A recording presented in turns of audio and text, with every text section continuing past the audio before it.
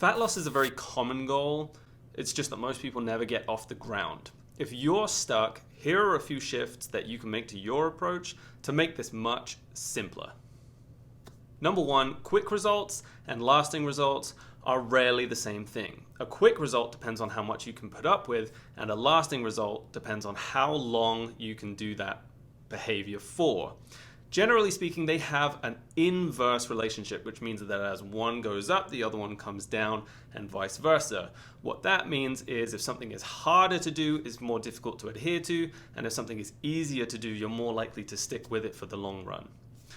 Unless you are a freak of nature, choose one.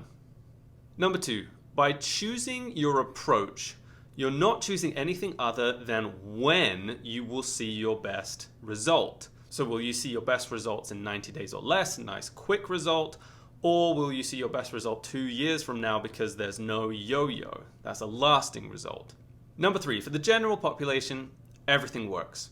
There are lots of different exercise programs you could be on, lots of different nutritional interventions. Pick one that you can stick to for the long run. It just means you're removing one barrier that you really don't need.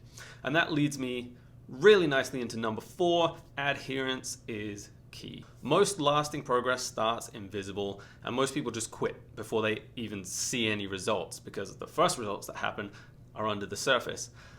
People give up not because their programs don't work, but because they want to see that result on day one. It's likely that you've heard a story of someone who didn't see results, and then all of a sudden they saw lots of results very quickly.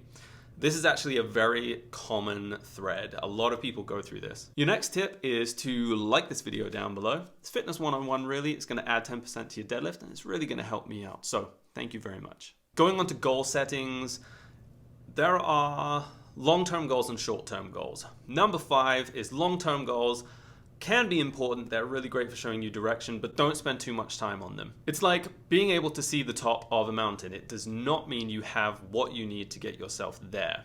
And when it comes to long-term goals, the chances are the goal is going to change before you get there anyway. Make one, but don't spend too much time on it. When it comes to short-term goals, number 6 is behavioral goals beat outcome goals every time. And that's because they answer the question of how you're going to get from A to B. Outcome goals have you looking a long way ahead, and that leads people into the trap of never really starting because they don't really know how. A behavioral goal will show you what you need to do.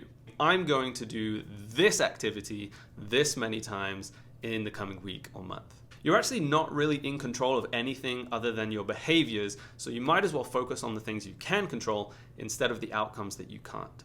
Number 7, motivation is a really poor indicator of success.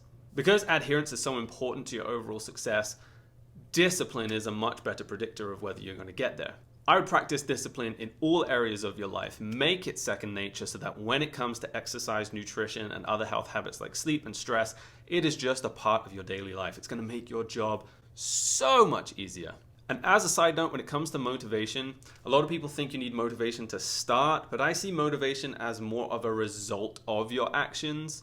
And what I mean by that is a lot of people will struggle to get to the gym, but once they're at the gym, they feel great. At the end of their workout, they can't wait to go back. 2 days later, they're sat on the sofa, can't get out the house again. Motivation is what happens after you've done the action. Number 8. Your work will always give you diminishing results. What I mean by this is you will see the biggest result as you start. Once you start making those changes will get harder to come by as your body responds and reacts to essentially the stimulus that you're giving it.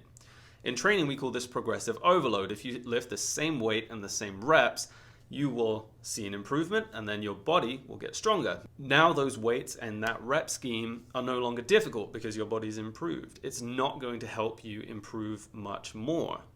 What we have to do to see that improvement is increase the reps or increase the weight in order to increase the stimulus on the body and make it want to change again. Exactly the same thing could be said about nutrition. If we make one change, our body will respond until it's got the maximum out of that change. We then need to change something else in order to see further progress. My last tip for now is very simple, number 9, and that is shift your priorities. So some people when they start, especially People like me, they love their training. They'll prioritize exercise, then nutrition, and then everything else. Now, when it comes to fat loss, a lot of people will say, oh, hold on a second. When it comes to fat loss, nutrition is actually more important, and they'll flip those top two things. But the secret sauce here is that sleep should be at the top of the list, and very few people talk about this. Sleep actually determines the value of the work that you put in. Your nutritional approach, your exercise approach, they will have very different results depending on how you're sleeping. What I've personally found is that even if I eat exactly the same, it just doesn't affect me the same way.